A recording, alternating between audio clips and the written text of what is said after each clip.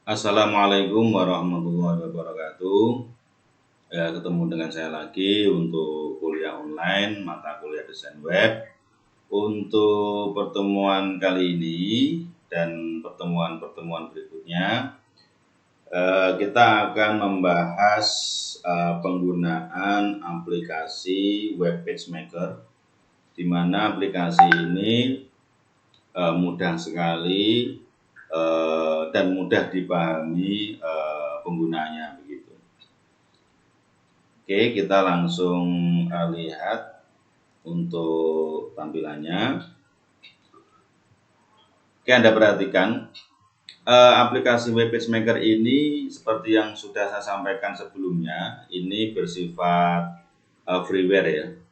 Tetapi dia punya batasan waktu penggunaan, yaitu 14 hari ya, jika tidak memasukkan serial number. Nah, saya sendiri sudah punya serial number, nanti saya share ke WA group ya. Begitu sekaligus juga mengenai cara instalasinya begitu.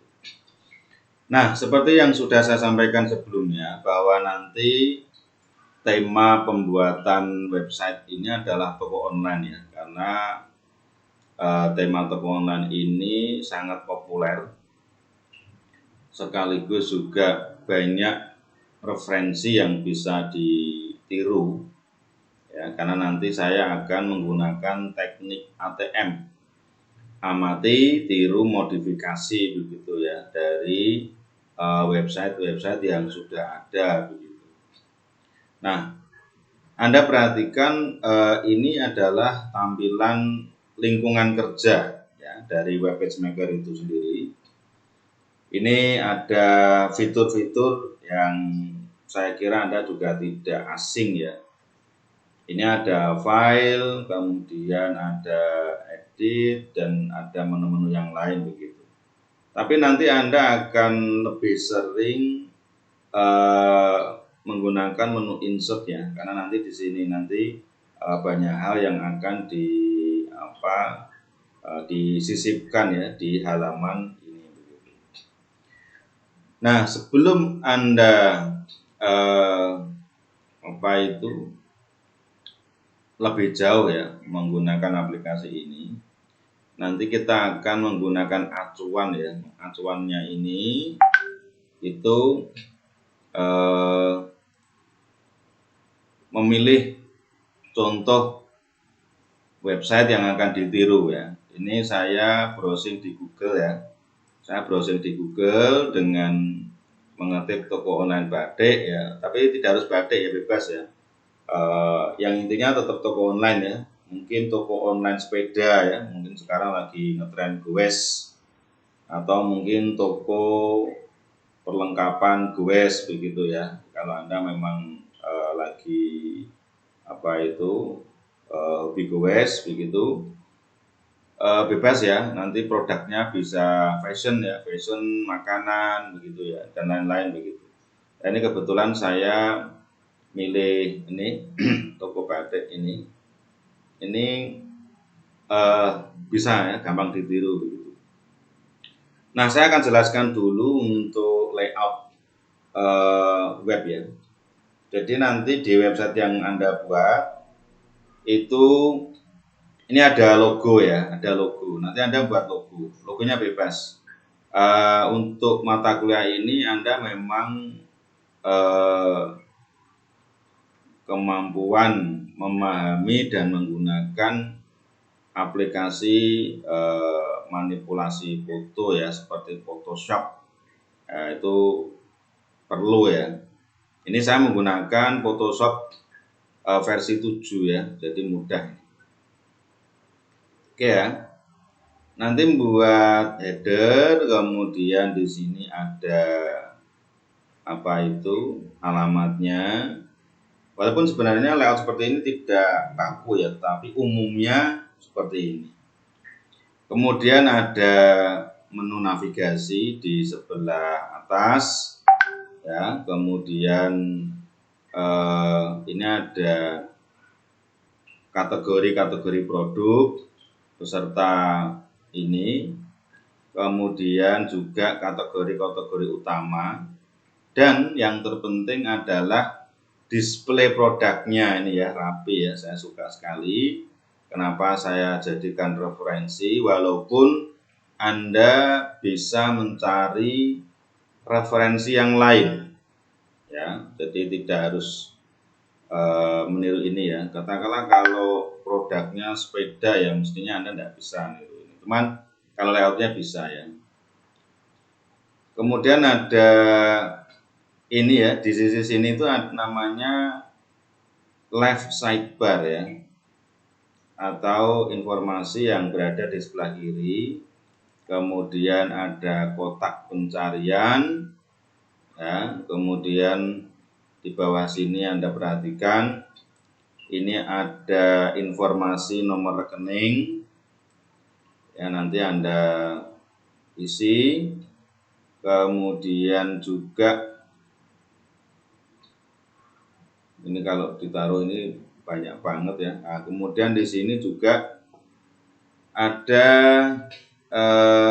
blog ya, artikel blog ya, di mana artikel blog ini salah satu konten yang pengunjung itu tidak semata-mata atau tidak selalu disuguhi dengan gambar produk dan harga ya, tetapi juga berita-berita tren mengenai produk yang dijual di website ini.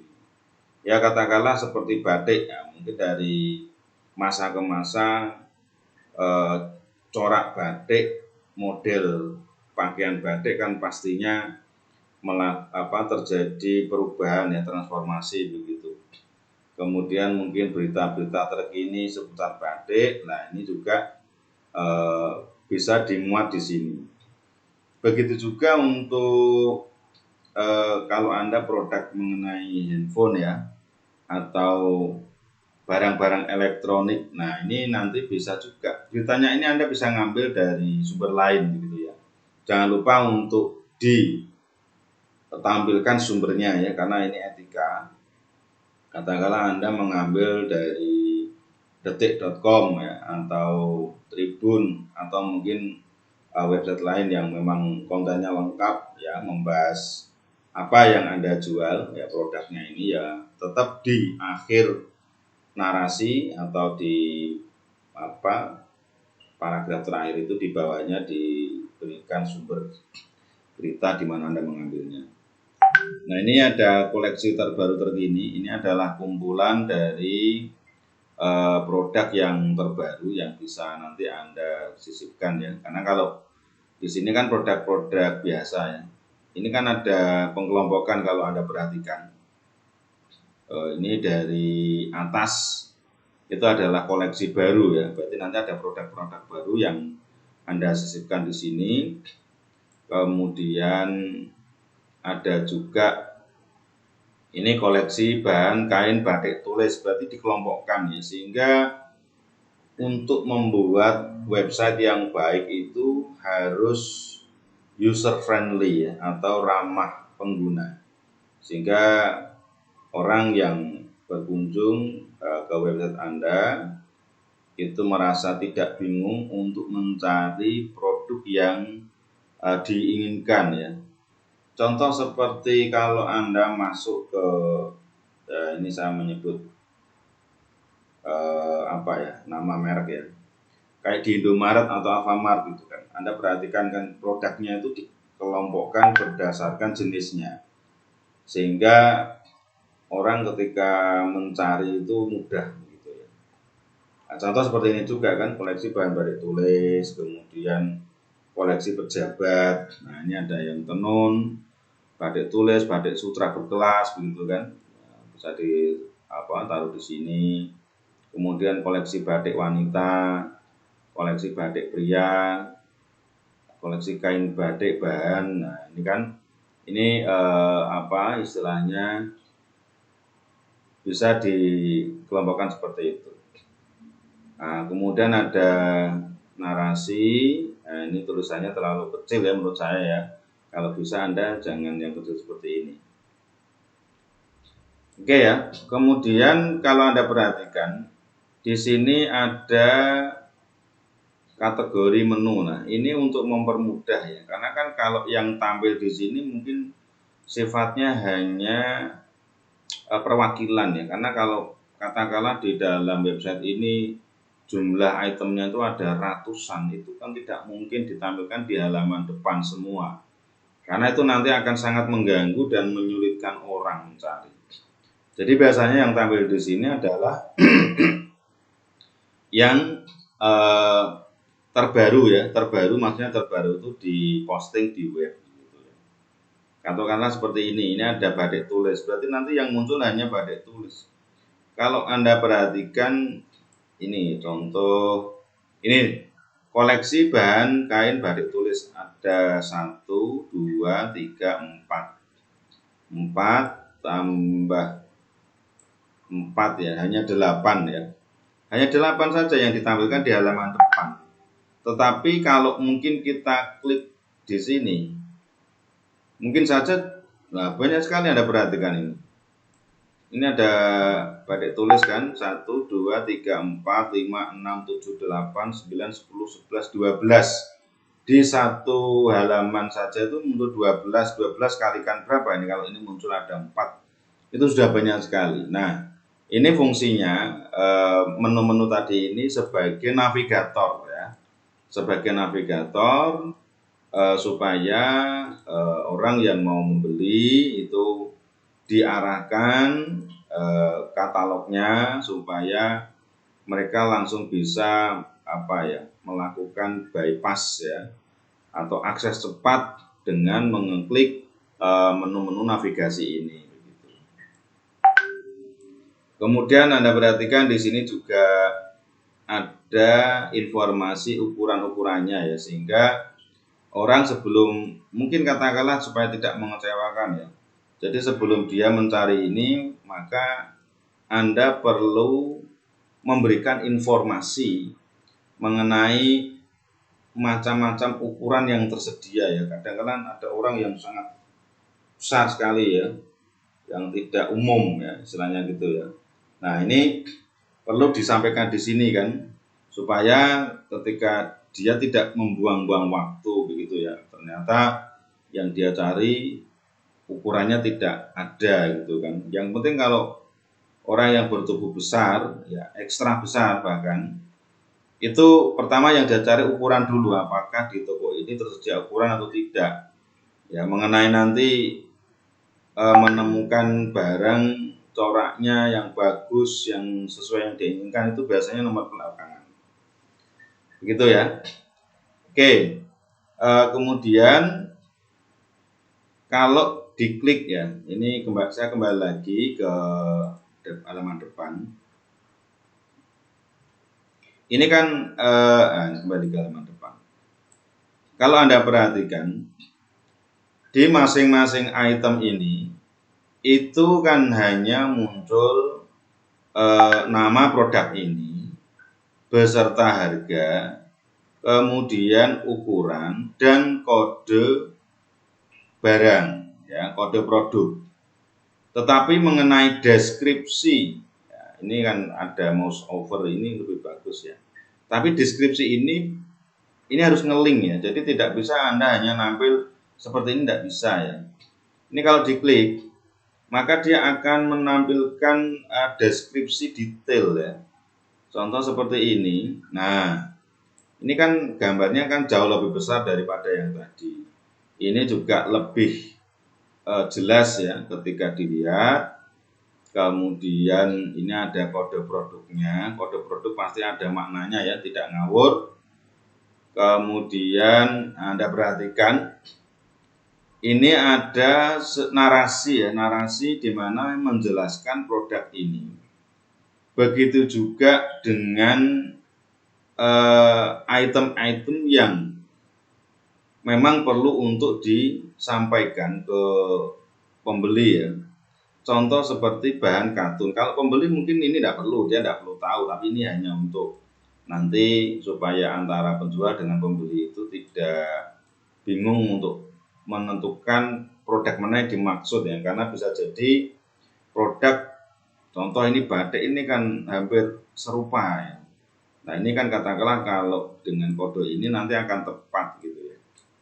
Bahan katun, nah ini juga bagi pembeli yang paham, itu nanti dia perlu tahu kan bahannya apa, terus jenisnya batik print. Nah beda dengan batik tulis. Kalau batik tulis pasti jauh lebih mahal ya, walaupun mungkin bagi orang awam yang penting batik begitu ya, tapi bagi yang betul-betul paham tentang batik pasti dia akan bisa membedakan batik print atau batik cetak dengan batik tulis. Kemudian ini kemeja batik lengan panjang ya, karena bisa jadi ada pembeli yang suka dengan coraknya tetapi kurang nyaman dengan batik lengan panjang ya. Kadang juga beranggapan seperti orang tua begitu ya. Mungkin dia kepengen kelihatan gaul begitu tapi tetap pakai batik ya.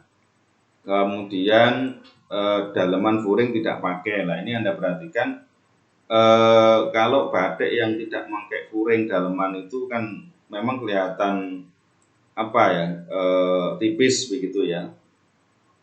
Dan kemudian kalau mungkin berkeringat juga langsung menyentuh ke kainnya begitu. Kalau beda dengan furing itu agak hangat, ada dalemannya, dan mestinya kalau tubuh berkeringat itu ya tidak langsung ke kainnya ya, tapi ke furingnya.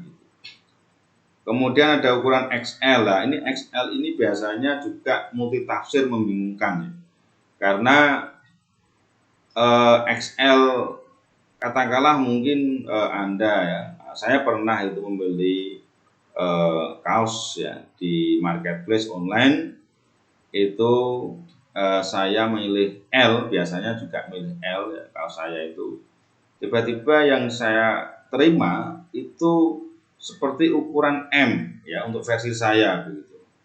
Nah kemudian saya memesan lagi ya, untungnya waktu itu tidak memesan banyak item ya, hanya satu sebagai sampel ya. Kemudian saya milih XL, ternyata memang itu pas ya, pas karena ternyata XL di toko itu adalah ukuran L di pakaian yang biasanya saya pakai.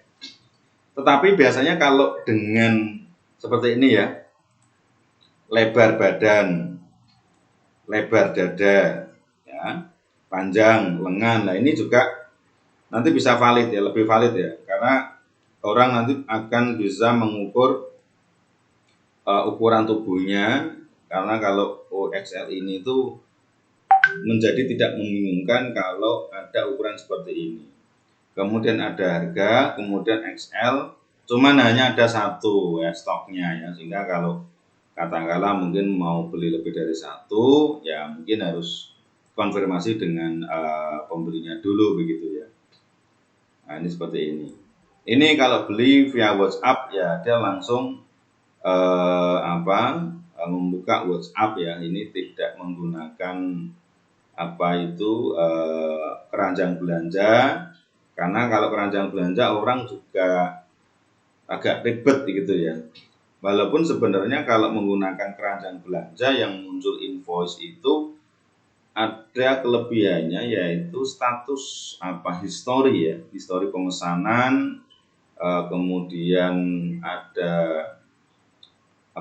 muncul invoice lah intinya ya, muncul invoice. Kemudian ada ongkos kirim yang menghitung secara otomatis ya, integrasikan dengan jasa pengiriman gitu ya, seperti kayak DHL, terus Tiki ya, pos dan sebagainya gitu.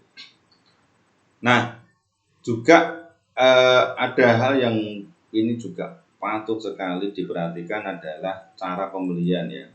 Karena biasanya orang juga bingung kan, kalau mungkin di toko offline, toko konvensional ya orang datang, kemudian langsung milih barang ke kasir, dibayar, terus barang dibungkus, packing, selesai. Tapi bagaimana dengan online? Nah, banyak orang yang belum paham ya mengenai cara belanja online, dan masing-masing komponen pasti mempunyai aturan, syarat, dan ketentuan berlaku ya. Nah ini Anda menggunakan alur gambar seperti ini ya, kemudian ada narasinya. Ini juga nanti bisa di copy paste ya, namanya kita masih belajar ya, supaya orang tidak bingung begitu.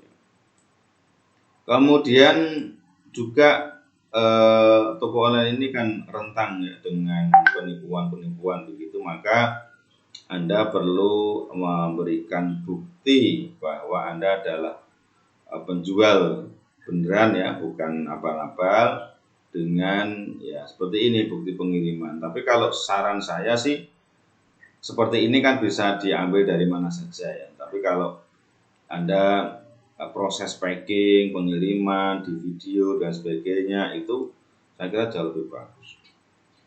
Oke ya, sementara itu saja dulu ya. Kita mencari dulu referensi website nanti yang akan Anda buat, karena nanti kalau mengenai teknis di aplikasi Web Page Maker nanti kita bahas di pertemuan-pertemuan berikutnya. Oke, saya kira itu saja dulu. Terima kasih sudah bergabung di kelas online saya. Jangan lupa login ke si Akad dan beri komentar di video yang saya upload. Oke, terima kasih, saya undur diri. Sampai jumpa lagi di pertemuan berikutnya. Wassalamualaikum warahmatullahi wabarakatuh.